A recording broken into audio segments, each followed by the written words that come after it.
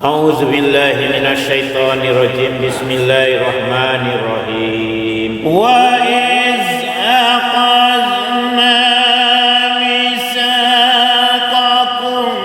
la tasfikuna dima'akum wa la tukhrijuna anfusakum min ثم أخررتم وأنتم تشهدون ثم أنتم هؤلاء تقتلون أنفسكم وتخرجون فريقا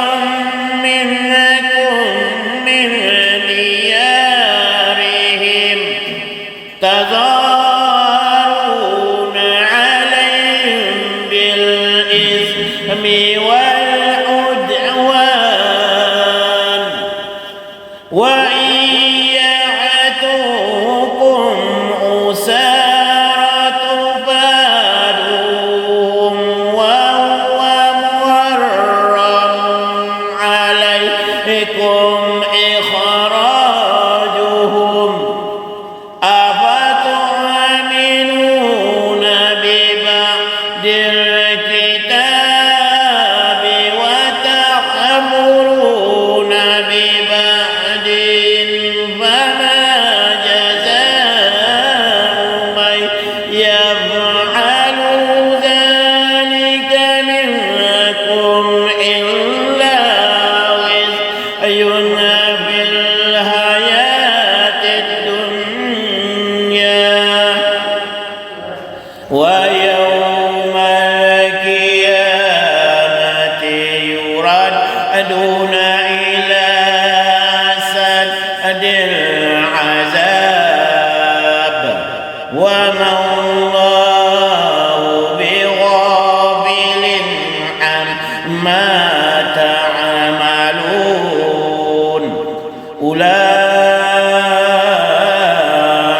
الذين اشتروا الحياة الدنيا بالآخرة فلا يخفف عنهم العذاب ولا هم ينصرون ولقد آتينا موسى الكتاب وقفينا من بعده بالرسل وآتينا عيسى ابن مريم البينات وأيدناه بروح القدس أفكلما جاءكم رسول بما لا تهوى أنفسكم استكبرتم ففريقا كذبتم وفريقا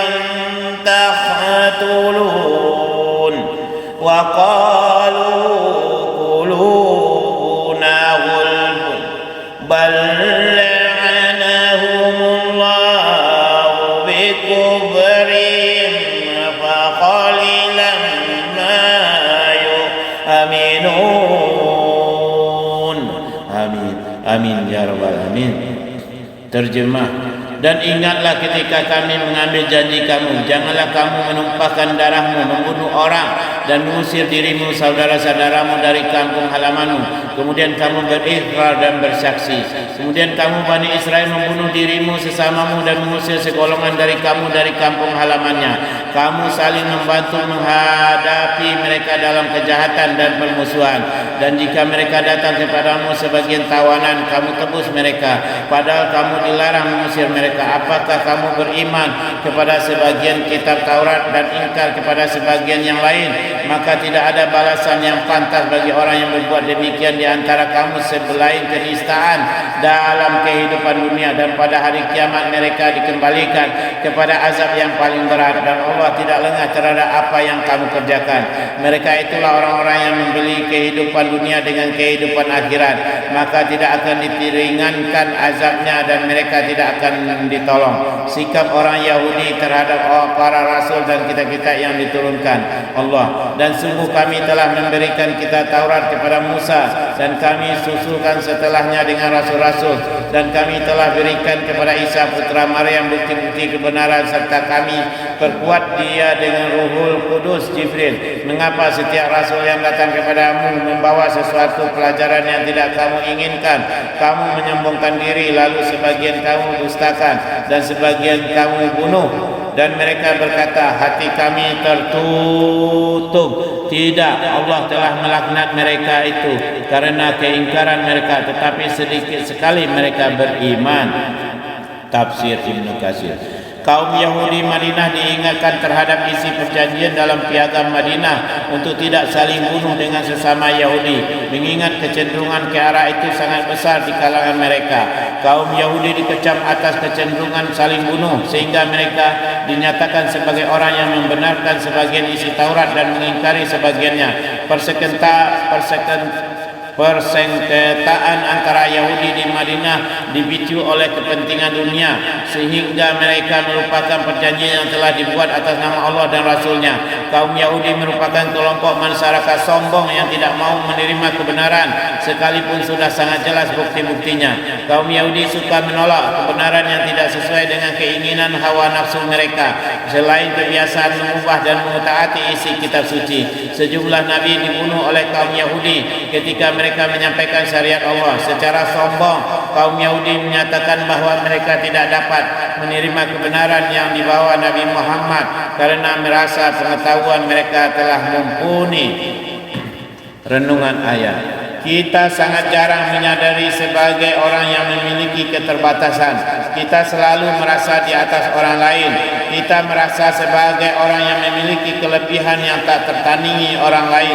Secara sombong, kita tidak mau menerima kebenaran gara-gara kebenaran tersebut tidak berada di pihak kita atau disampaikan oleh orang yang menurut kita tidak istimewa. Hadis pilihan. Ibnu Mas'ud meriwayatkan bahawa Rasulullah SAW bersabda, sesungguhnya Jibril mengilhami sanubariku bahawa sesungguhnya setiap jiwa tidak akan menemui ajal kematiannya hingga rezekinya sempurna.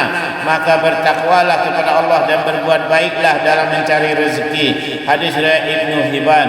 Dari Abu Sa'id Al-Khudri, ia berkata, Rasulullah SAW bersabda, hati itu ada 4 macam. Hati hajrat, di dalamnya terdapat lampu yang terang.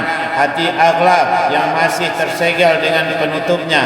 Hati mankus dan hati musafah. Adapun hati hajrat, ia adalah hati yang di dalamnya terdapat lampu yang terang sebagai cahayanya. Sedangkan hati akhlaf adalah hati orang kafir, sementara hati mahkus adalah hati orang munafik.